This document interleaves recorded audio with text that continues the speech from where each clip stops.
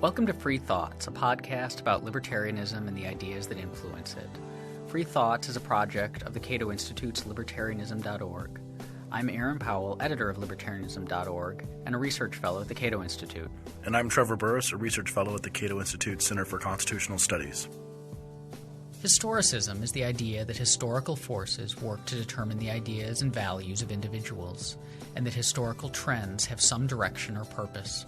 It's a popular idea, one that influences the way many people think about the world today. But is it true? Our guest today is our colleague Jason Kuznicki, a research fellow here at the Cato Institute and editor of Cato Unbound. Welcome to Free Thoughts, Jason. Hi, good to be here. Before we get into questions of just what historicism is, let's talk about the kind of thing it is, which is it's a theory of history. That's right. And what is it? I guess what does it mean to talk about theories of history? What is because I thought history was just we think of it as one thing after another. Yeah, it's this catalog of facts. It's just it's the story of what happened in the past. But now we're talking about how there are different and potentially competing theories of history. Unfortunately, there have to be. A catalog of facts is by nature limited, and anyone who chooses to study history only has a limited amount of time to do it in. And history is really, really big if you consider it to be the totality of everything that happened in the past. You have to select. You have to choose which events or which people or which ideas are important and which ones are not so important and you will neglect. And making that kind of selection demands a theory. Does it demand – what does it mean to say it demands a theory as opposed to it's just I'm just going to select the things that I happen to find interesting and talk about those and not talk about the other things, which doesn't seem to be a theory-based selection process. Well, it really is. It is, because why do you find them interesting? You find them interesting because you think that they illustrate something about human nature or about the story that is unfolding over time. You think that it may illustrate some connections among groups of people or their relationships to one another. And when you're dealing with those questions, you are having an implicit theory even if you haven't articulated one. So what if I was to say that the way we should do history is we should figure out which facts in the past matter for why things are the way they are now? Right. Is that a generally acceptable view of history? I think that's the beginning of coming up with a theory of history.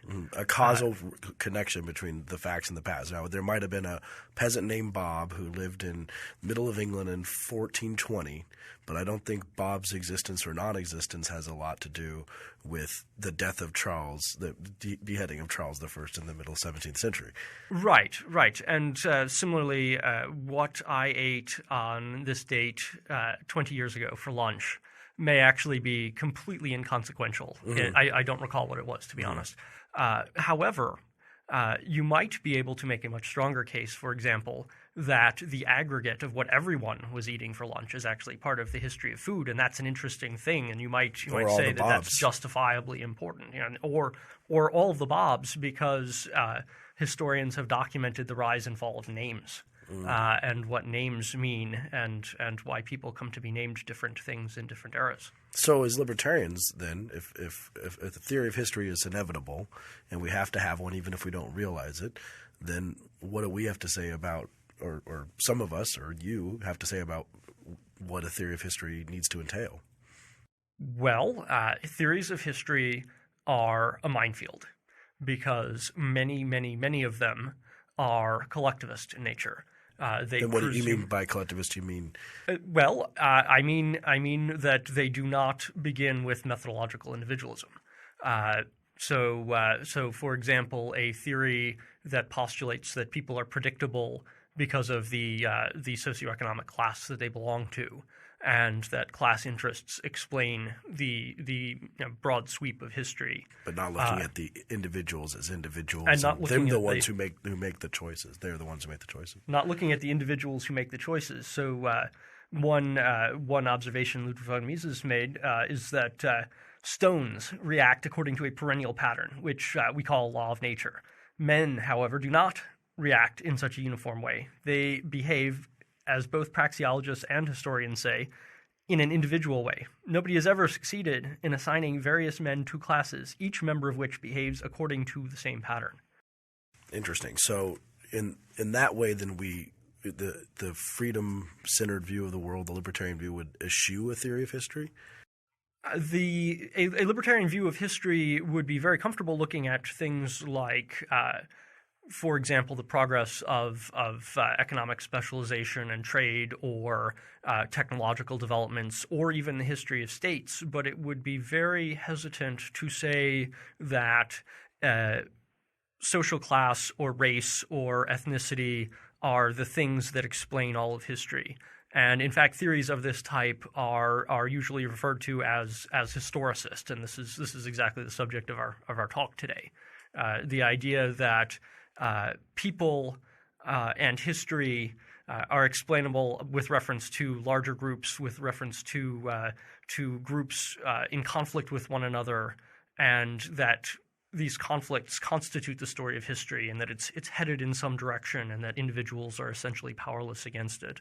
Before we plunge into talking about historicism and where it goes wrong, let me just ask a clarifying question. When we talk about people approaching history with a theory, do we mean that they just have a set of beliefs that they developed for whatever reason, either consciously or unconsciously, and those just happen to inform the way they approach history? Or is this more they're saying, I am a person of theory school X, and therefore I'm going to do history by applying this theory to the facts for example, that I gather? like Marxism or something like that. Yeah. Well, the thing about historical theories, particularly historicist theories of history, is that it's not just about how I sit down to write history. It's also about implicit claims about the future. Particularly Marxism is a very, very obvious example of this, that Marx himself claimed to have found the laws that drive history. And he said, by the way, I know what's in store in the future. I know what's coming.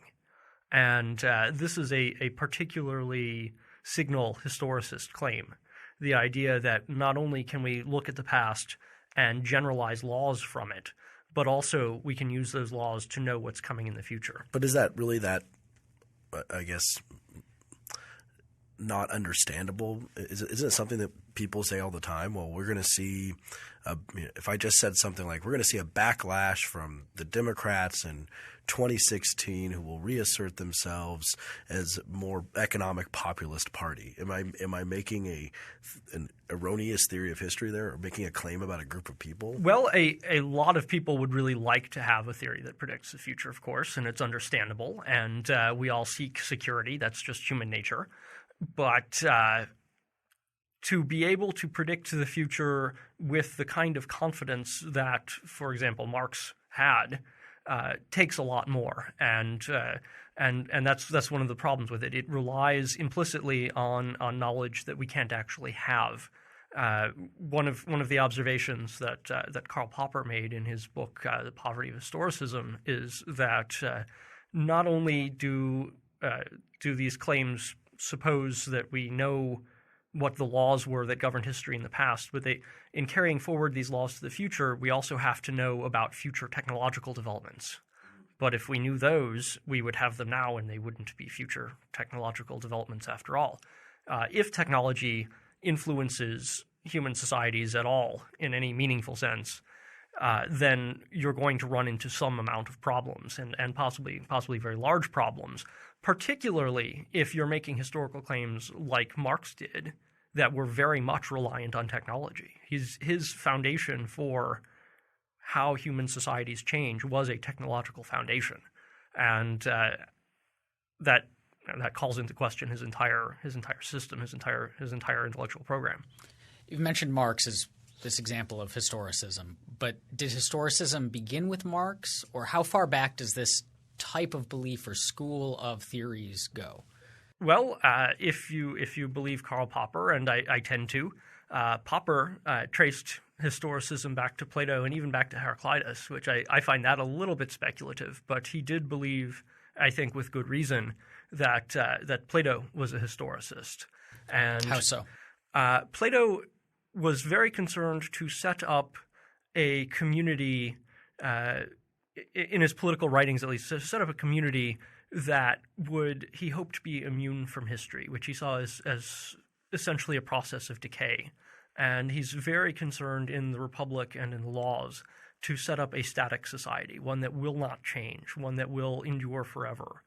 He believed that if something is perfect, then it will never undergo any changes. It will never undergo any decay. And to attempt to set up a society in that way was to him the ideal.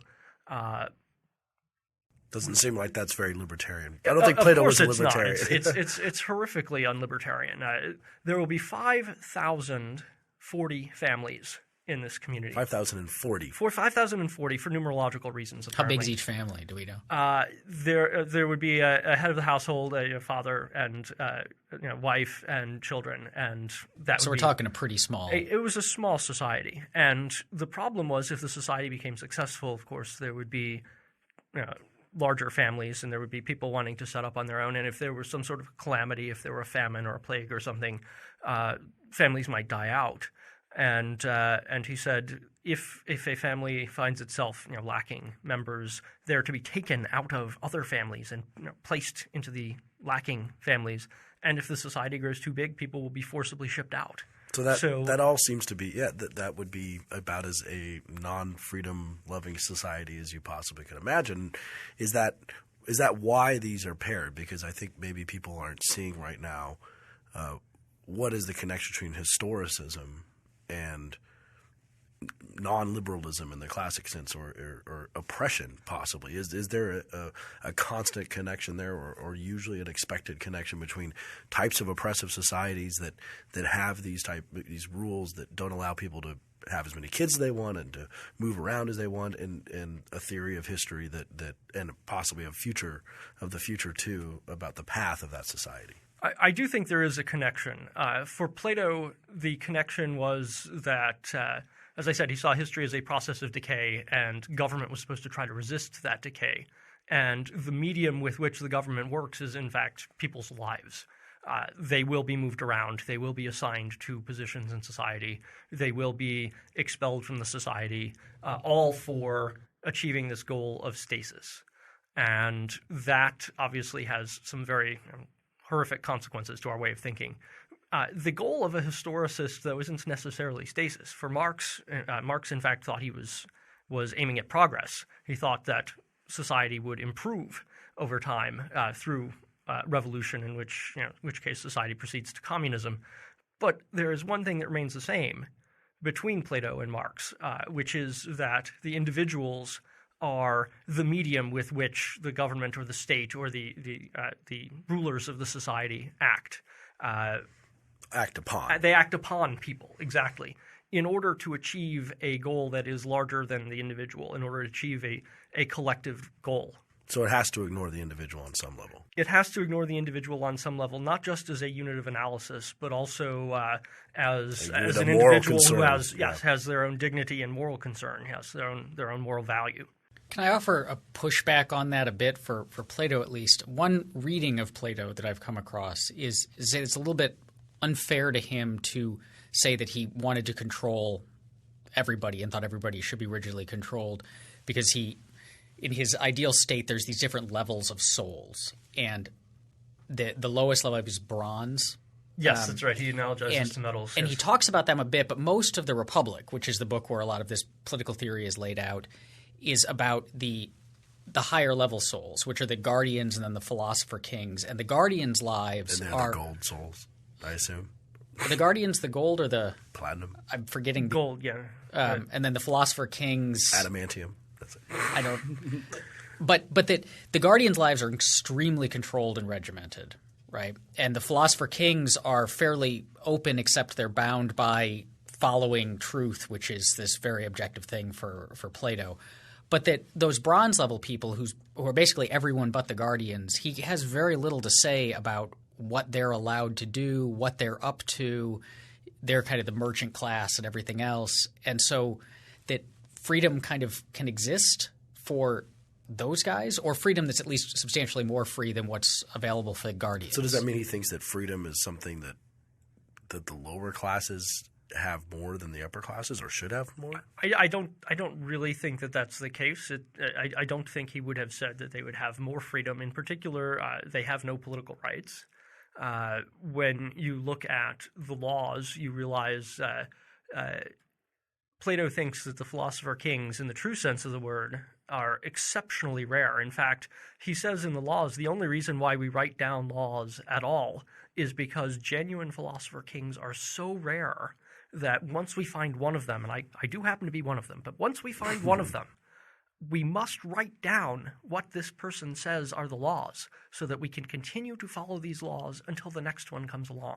There's no other reason to Plato to ever write down laws. It would actually more like maybe a prophet, be better. Almost. It would, yes, more like a prophet. It would maybe be better if we could have one of these people around all the time and never write down any laws, and they just rule on all of the different points that need to be decided, and they're not bound by the laws at all. But a genius like me, like Plato, never comes along, except very, very rarely.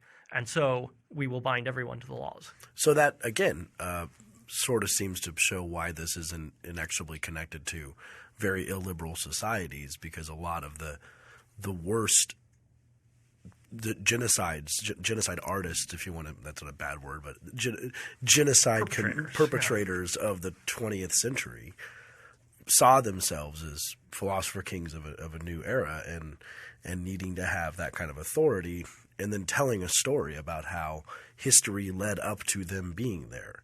And that's the other part of this which I'd like you to comment on, which is you talk about Plato and decay, and then what about progress? And is there anything we can say about sort of theories of history that have progress versus theories of history that have decay? Because maybe the conservatives, for example, the moral decay of society type of theory versus the uplifting progress of moving toward the light. And there are certainly historicists of progress, and there are people who will tell you, yes, history is progressing towards something, and it's doing so by conflict, and it's doing so by clashes of civilizations leading toward some ultimate goal. And the progenitor, really, of all of these in the modern era is Hegel. The philosopher Hegel believed that he had sort of figured this out, much like Marx would later come along and build upon similar theory. But Hegel's philosophy of history was not one that was based on economics or technology. It was based on national consciousness. It was much more oriented toward nationalism, and he believed that there was essentially a story going on of competing nationalisms. And each nationalism represented a different grade or step or progress of civilization. And of course, naturally, he was a Prussian and believed that Prussia had reached the Iron Kingdom, the pinnacle of civilization so far, and that they represented the highest and the best of all of the nations, and they were the ones who were on the cutting edge of history.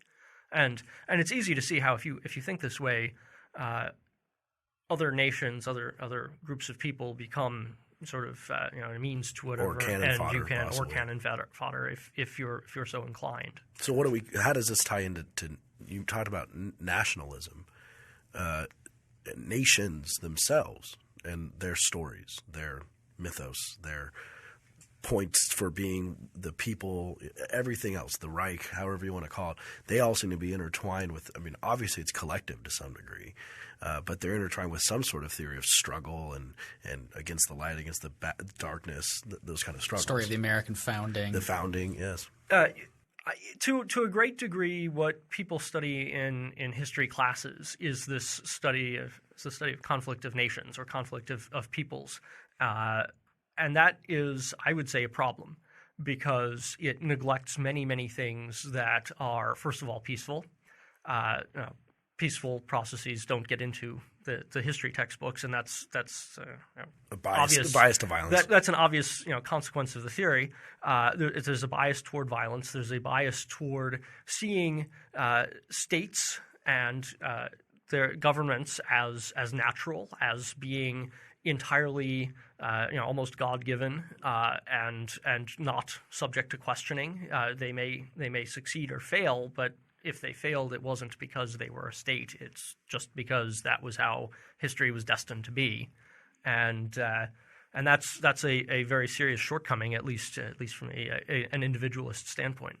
Most of us, though, our teachers in middle school and high school history are not Platonists. They're not Hegelians. They're not Marxists. I would say they're not Platonists, but I would say that there's a great deal of Hegel in the way that history is usually taught. So would that be – so I guess my question is why – They just don't realize it possibly? Yeah, so, but at the same time they're teaching this history as violent struggle, history as the actions of states and leaders.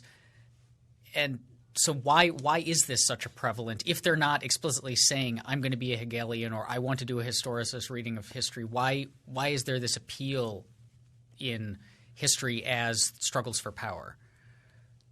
I wish I had the answer to that, and I think I dare say it's becoming decreasingly true. I think that particularly in, college-level history classes, there is much more of an interest in things that sometimes are derided as being silly or frivolous, but in particular, they are trying to get somewhat away from event-driven political history and look at economic history not just as how can we mine this for Marxist talking points, but actually how can we consider the ways in which people interact with each other in peaceful ways. How is say the family or the market working in history? And a good example of that, I would say, is actually Deirdre McCloskey's work. Deirdre McCloskey looks at the market process and the ethos that surrounds it, and I find that tremendously interesting. But would you also say maybe a good example of that would also be something like Howard Zinn's People's History of the United States, or is he trying to get past the conflict, past the kings and queens, and down to the level of the people? Again, why is he doing it? He's doing it to establish essentially a Marxist view of history. I mean, he is essentially a Marxist, and he is looking at economic history really only to establish that we've been looking at the wrong collectives, and we need to stop looking at the collectives of national identity and start looking at socioeconomic classes. And really, though, the intent is very much the same, to establish a government that will serve a collective. And at that level of analysis, there's still a problem to this. There's still a great danger in looking at history that way. So far, it seems you've leveled two kind of types of criticism against historicism. One is that it seems to be goal-oriented. It's doing history in order to accomplish something, establish something. And the other is that the view that it has, or the thing that it's trying to establish, is opposed to freedom in a meaningful sense. That it's dangerous in that way because it's opposed to human freedom.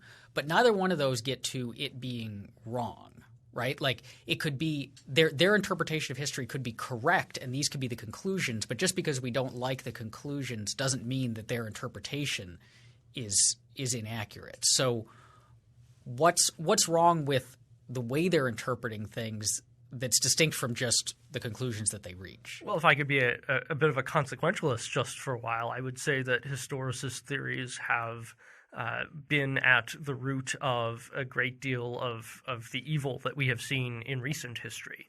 People who are armed with theories like this have a very strong tendency to do horrifically evil things. And that's an indictment of the theory, I would say. It's an indictment of the approach. It would seem like it would be very difficult, and I think we'll move on. We'll talk about what the actual maybe libertarian theory of history would be. But if you didn't have a completely collectivist theory of history, it would be very difficult to commit the kind of atrocities that have been committed if you looked at people as individuals and had some amount of skepticism to the arbitrariness of the nation state. We're skeptical of the stories that we tell that said everything has led to this moment and we are now on the precipice. And think about how politicians talk, right? And like they talk in that language. That's how the crowd gets going. Right. And it's not just a Nazi Germany rally.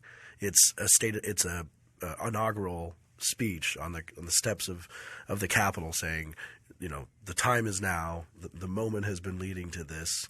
We are now at the moment of history where it is time to act. And it seems like all of those might have historicism in them too. But yes, again, they should be approached with skepticism, exactly, because claims of that type involve an enormous pretense of knowledge. They involve implicitly saying that I have looked at all of history.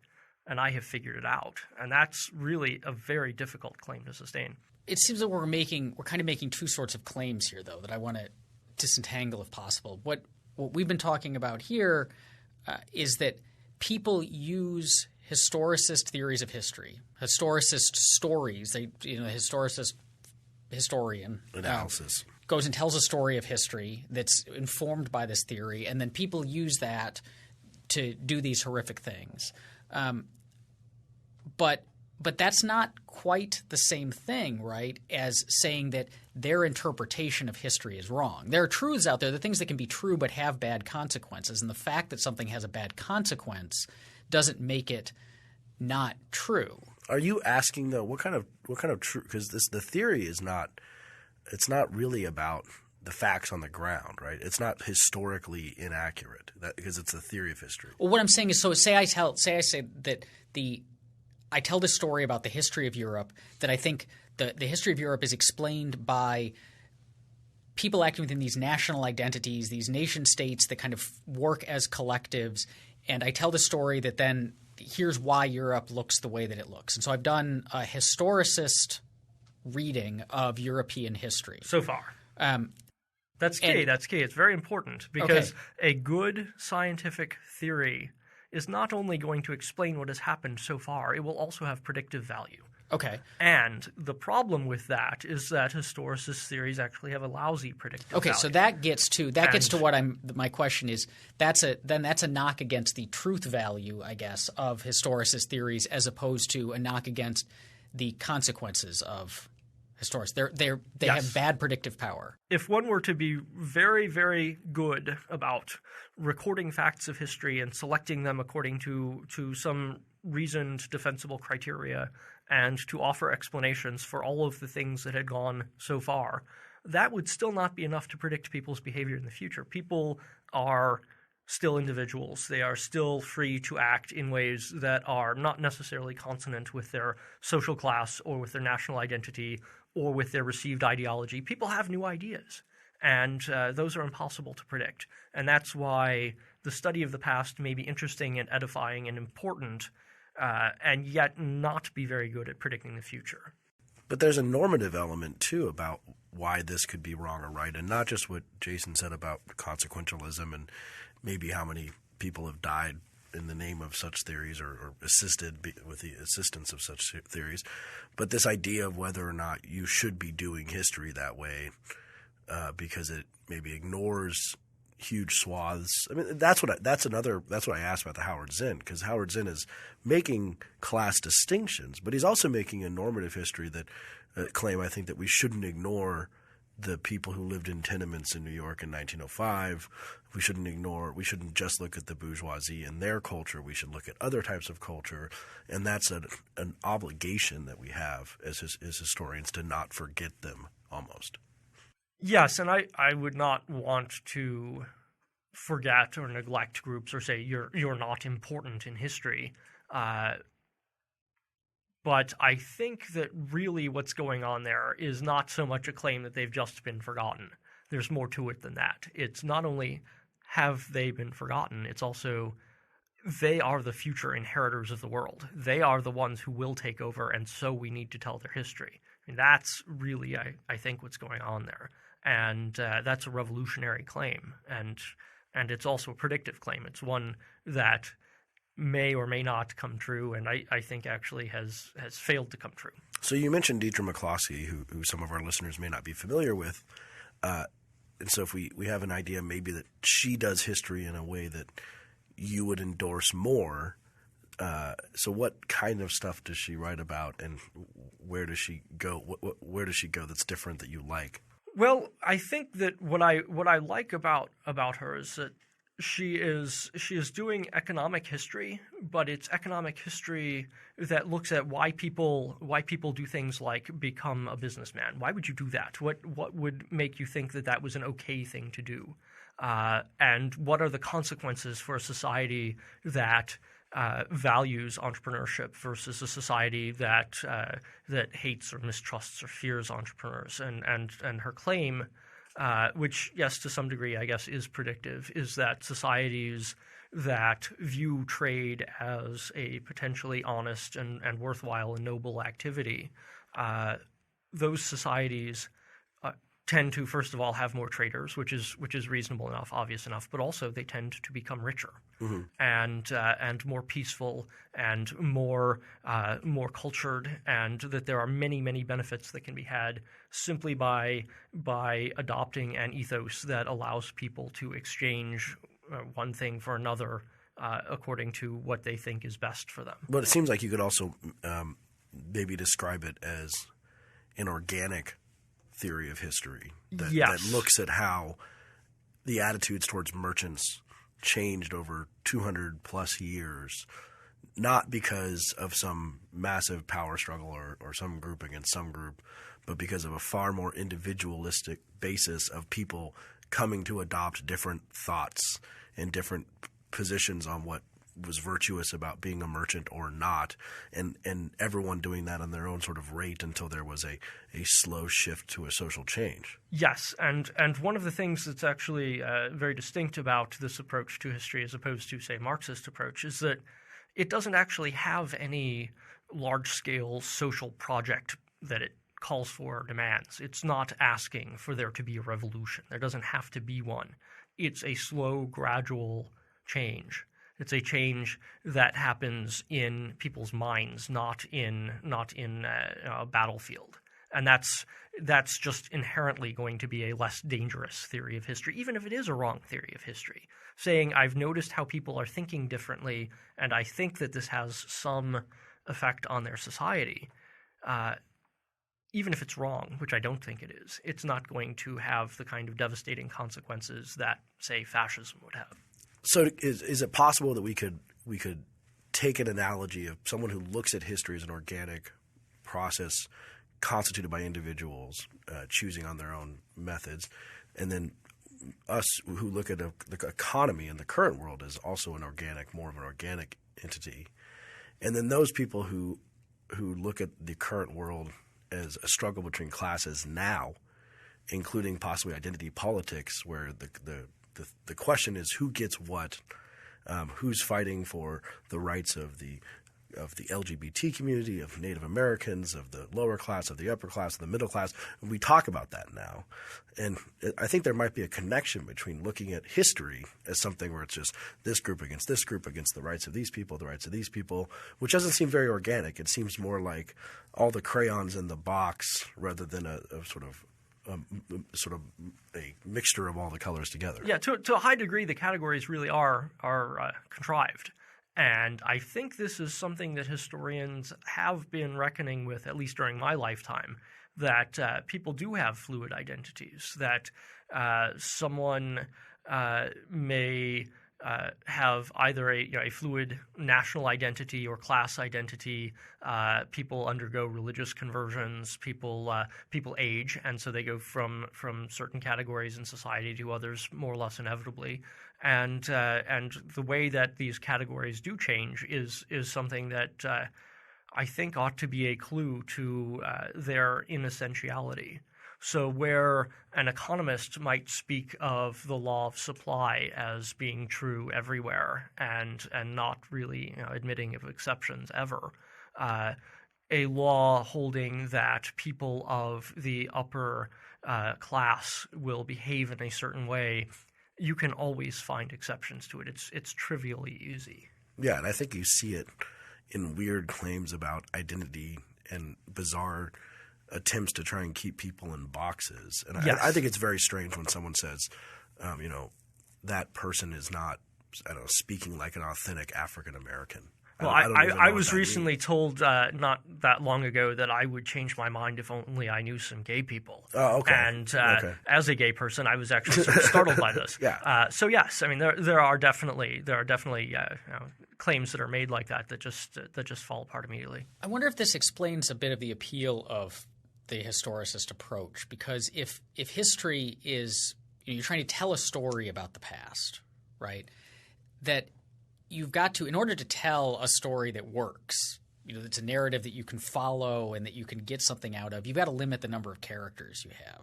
Yeah, right? unless you're so, like a Russian novel, and everyone you have a dramatic sure, but persona. even there, yes. there's got to be some cap, or people just can't keep up. And so you're trying to teach students, and so what you do is you say, we're just going to talk about America, that's a character, and Russia, that's a character, and these are the things that they did. And these groups, we're going to lump them all together and give them all common characteristics so we can think of them as a group, because otherwise it would just be – history would be so overwhelmingly complicated that we wouldn't even know how to really begin in telling these stories about our past. It's particles. To some degree, that's inevitable because the brain can only handle so many concepts at a time, and you just can't tell the event history of every single person getting up in the morning and especially if you've taking got a shower like and eating half breakfast. An hour a week with a bunch of sixth graders.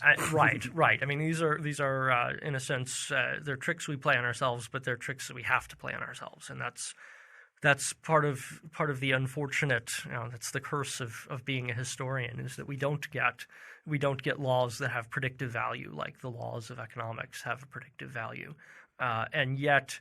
Our minds demand that there be laws and that there be causality, and I think we need to recognize that in talking about history, we can describe what happened in the past, and that can be very interesting and valuable, and it can be valuable on lots of different levels. But it is not going to be a scientific pursuit; it just can't be. But understanding that, to approach the study of history, understanding that you have a tendency to want to look at this in groups.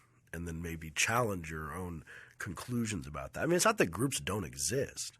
It's just that they're not the only thing that matters, and people are fluid amongst groups. I mean, there were, the Jacobites, and there was. Oh yes, there absolutely are. Exist. There absolutely are groups. I mean, there's actually a very instructive quote from Mises again. This is from his book Theory and History, which is published by Liberty Fund.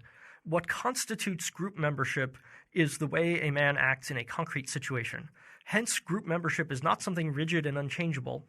It may change from case to case. The same man may, in the course of a single day, perform actions, each of which qualifies him as a member of a different group. He may contribute to the funds of his denomination and cast his ballot for a candidate, and he may act at one instant as a member of a labor union, and another as a member of a religious community, at another as a member of a political party, at another as a member of a linguistic or racial group, and so on. Or he may act as an individual working to earn more income, to get his son to college, to purchase a home, a car, or a refrigerator. People have lots of different identities, and they take on and cast off identities very frequently.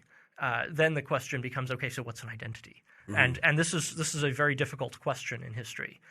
Jacobites, yes, they're an identity. They're a political group that wanted to restore the Jacobite succession in England, and but I'm sure they never succeeded. I'm sure there were Ginos too, right? Jacobites in name only. Well, I mean, there were symbolic gestures that you could make to affiliate yourself with that group, or to reject that group, and those were politically important in, say, the early 18th century. But how much that explains a given person's behavior, or that's one question, and then how much it predicts a person's behavior is almost impossible to say, because people may be very gung ho on the Jacobite movement for a while, and then they give up and they say, no, okay, just forget about it. That's something that we can't predict. We can't look into people's hearts, no matter how much we know about what they've done in the past. I want to pick up on something that you said a minute or so ago. You said that history is not science, and we can't make it science even if we want it to be. But there are sciences that look towards the past, geology and paleontology, evolutionary, and those. So, what's the difference between those and history, and why do those get to be science and history not? History can't be a science in those senses because it involves making predictions about behavior of people who will be acting in circumstances that we can't control. Psychology is an attempt to predict people's behavior, but a psychologist who's conducting an experiment will go to very, very great lengths to control the variables, the circumstances that people find themselves in, and make very modest claims on the basis of that very rigorously controlled set of circumstances. History, though, is a one-way trip. It happens and it never happens again in the same way, and we can't do experiments on history. So it's very, very difficult to make predictions that end up holding up in the future. A psychologist can say, I can reliably predict we put a person in this experimental condition.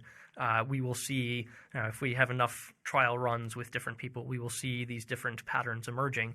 Historians don't get to do that because history doesn't happen in a laboratory. We can't repeat the collapse of Rome over and over and see what happens. And each I time. would love to do that. I think there's no historian who thinks about this question who doesn't wish that they could rerun the fall of Rome or the French Revolution or what would have happened if Lincoln hadn't been assassinated or just any number of questions. But we don't get to do that. Instead, we write alternate history novels about it. And Yeah. Right, exactly. We'll leave it to Harry Turtledove. Yes.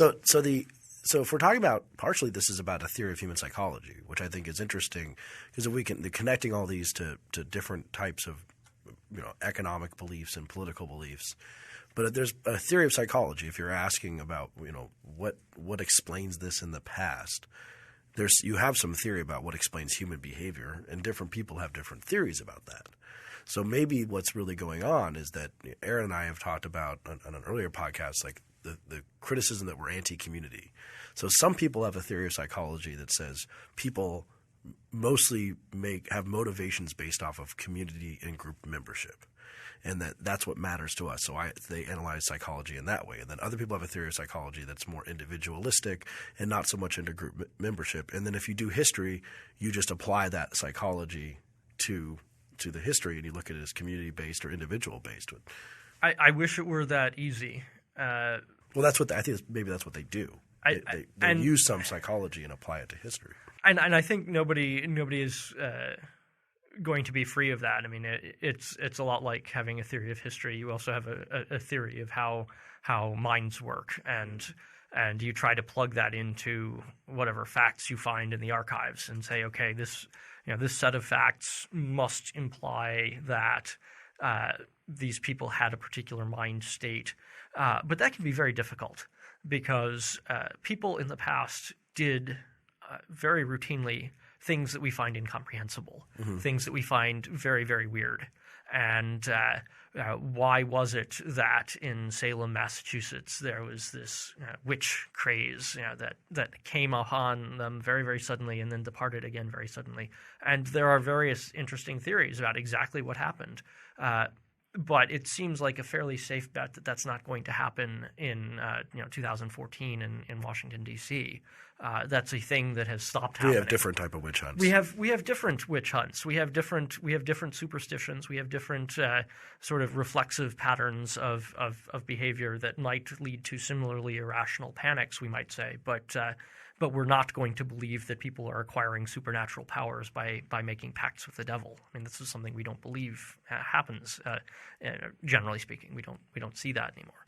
There are these two theories of history that you hear about a fair amount, and I want to see if these are examples of historicism. The first is the Whig theory of history, and the other one is the great man theory of history. Okay, yes. The Whig theory of history can be historicist. A Whig theory of history is one that says things are basically getting better. We're on the track toward better and better and better things. Why we are there, people will disagree about causality, but the idea that history is progress is the Whig theory of history in a nutshell. And it can be historicist if you think that the progress is automatic and that it happens through impersonal forces and that it's not actually composed of individual actions. But if you believe that history is actually potentiated or created by things that individuals do, then immediately you look at the Whig theory of history and think that there's nothing inevitable about progress. We can regress just as easily as we can progress. And if you realize that, then maybe some people would say you're not really a Whig anymore because you don't think the progress is automatic. I don't know. I think progress is undeniable. At least since the end of the 18th century, people have been better and better and better off. And there have been horrific examples of backsliding here and there, but they have been, for the most part, local. and people are wealthier and better educated and freer and more equal in their political rights than they have been in the past, just vastly so. And that's something that ought not to be denied. But I think that it's come about through individual agency and not through some impersonal force working through humanity. So Whig theories of history can be historicist or maybe not. And the second thing you asked about was the great man theory of history. The great man theory of history would say something like Napoleon himself, through his own force of personality and his own talent, changed the face of Europe. And that's true. And many people would say that that was true. A historicist might say something like, if Napoleon had never existed, someone else would have come along and filled that place. So if you imagine that Napoleon died of smallpox when he was 3, which was very common at that time, then perhaps another French general would have been the one to win the battles all throughout Europe and to have nearly united Europe under French hegemony. Maybe that would have happened instead, and maybe he would have, I don't know, been smart enough not to invade Russia, and Europe would still be under French hegemony. We don't know. Those are the forces that work through history from the historicist standpoint. And that's just the problem, is that we don't actually know whether it was Napoleon or whether it was some impersonal force or causality behind Napoleon that made him successful. I'm inclined to think that it was neither an impersonal force nor Napoleon in particular. I'm inclined to think that it was the institution of conscription, forced conscription, and secondarily it was opening careers in the French military to talent, which allowed first of all, it brought a large number of people into the military, and then second, when you don't have to be a noble to be a general, you get generals who can actually command and who are actually interested in running an army well. And France was the first one to try that, and so that's why Napoleon had this very, very successful army. I want to ask about historicism today, because we've talked about Plato, we've talked about Hegel, and we've talked about Marx. But is this something that's still being done now, and is it something that still is impacting us today? Is it something we should, I guess, still be concerned about, as opposed to it just being kind of this thing that people did in the past? I think you can still find very clearly historicist approaches to analyzing current events. So, for example, a lot of people will say things along the lines of we have a conflict of civilizations, a clash of civilizations between the West and Islam. And these two things are implacably opposed to each other, and either you're a Westerner or you are with Islam. And the question then is, which one is going to win?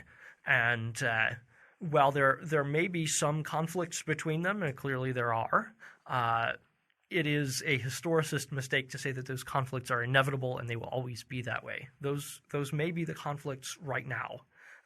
Some people would even deny that there is a meaningful conflict between Islam broadly conceived and the West broadly conceived, and say no, it's actually Western governments and certain very small terrorist organizations, and they're not even representative of Islam. And I think that's actually the more accurate view. But to take this conflict and to say that it's one large group of people against another, and they represent different forces in history, and those forces are always opposed to each other, and one of them is going to win. That's recognizably historicist, and that's happening right now also.